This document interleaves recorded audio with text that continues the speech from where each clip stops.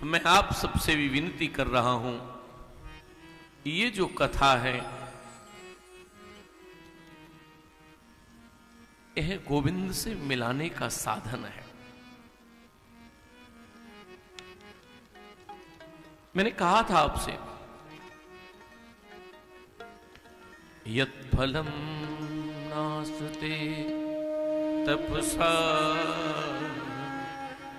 न योगे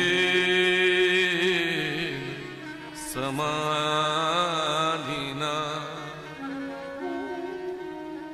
तत्फलम लभते सम्यक् कलौ केशव कीर्तनम् कलौ केशव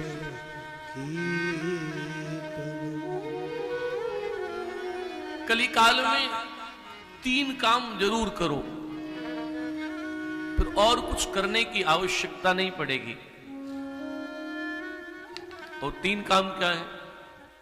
सबसे पहला काम है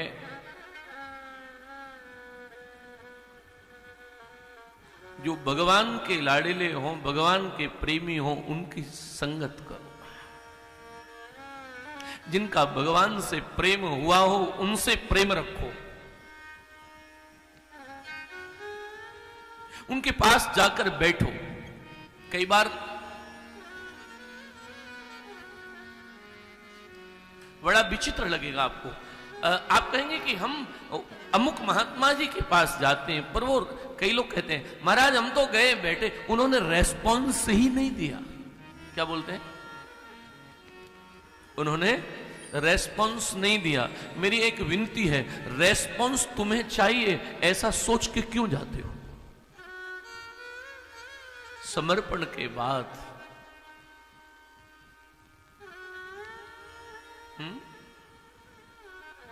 इच्छा मिटनी चाहिए, कामना मिटनी चाहिए, कुछ लेने की इच्छा शक्ति समाप्त तो होनी चाहिए। तुम ऐसा क्यों सोचते हो वो तुम्हें रेस्पॉन्स दें? कोई महापुरुष के पास जाइए, और हमारे यहां तो कहा गया महापुरुष के पास जाकर के अपमान भी मिले तो बर्दाश्त करना, थोड़ा भूख प्यास भी वहां सताए और न भोजन की व्यवस्था हो, बर्दाश्त करना, पर वहां साधु संग मत छोड़ देना। तो पहली चीज, भगवान के जो वैष्णव हो, प्रेमी जन हो, उनको नहीं छोड़ना। दूसरी बात, भगवान की जहां कथा हो रही हो,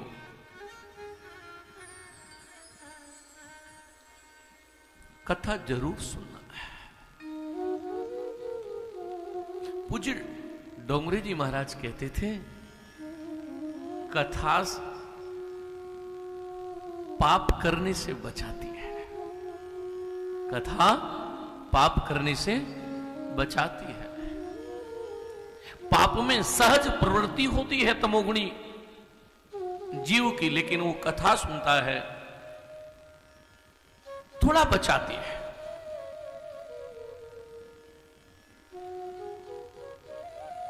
कथा सुनते सुनते भगवान से इतना प्रेम होने लगता है कि फिर जगत की और चीजों में प्रेम कम हो जाता है। और देखो साहब, एक जगह से तो कम करना पड़ेगा, तभी तो दूसरी जगह जुड़ेगा।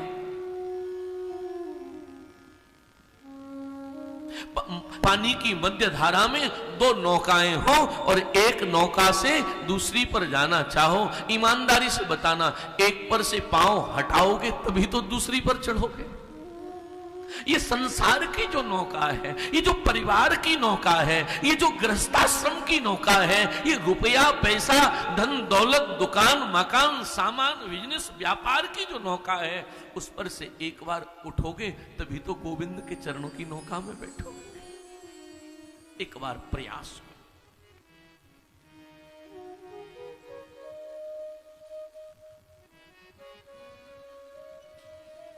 तीन बात मैंने निवेदन की। एक बात, भगवान के प्यारे संतों का संग,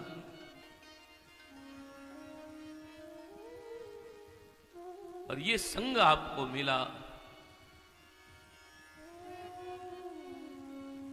अच्छा, एक बीच में बात और कह दूं, भगवान के संतों का संग मिले ये बहुत अच्छी बात है।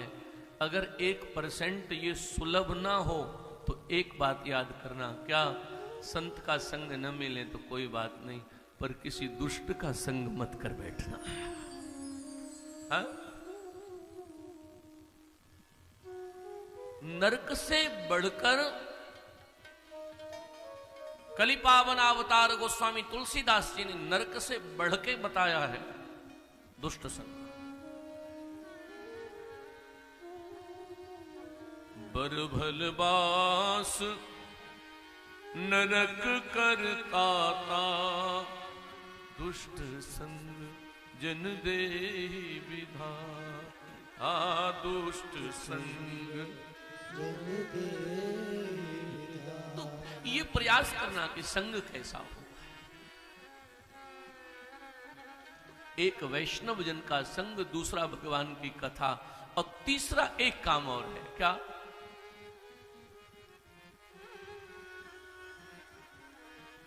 जो आपके गुरुदेव भगवान हो,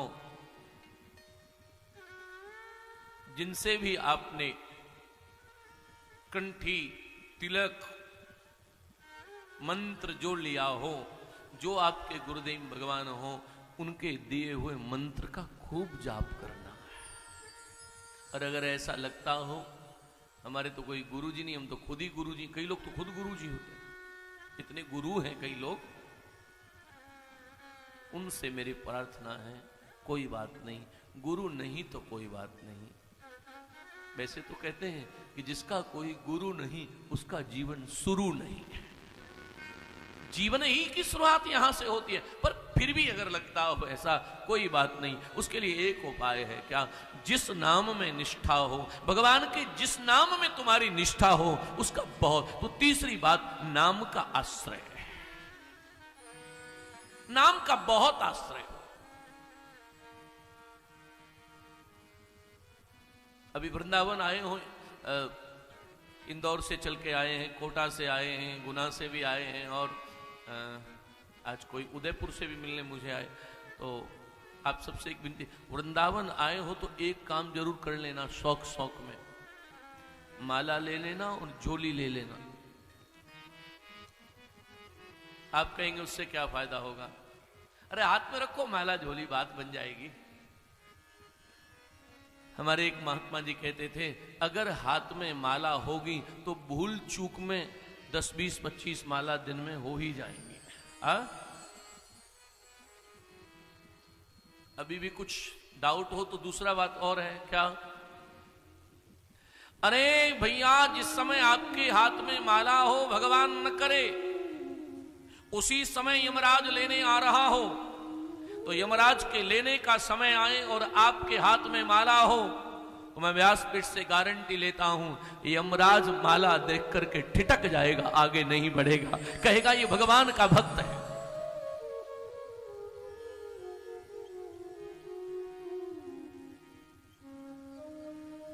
इसलिए 3 बात याद रखो,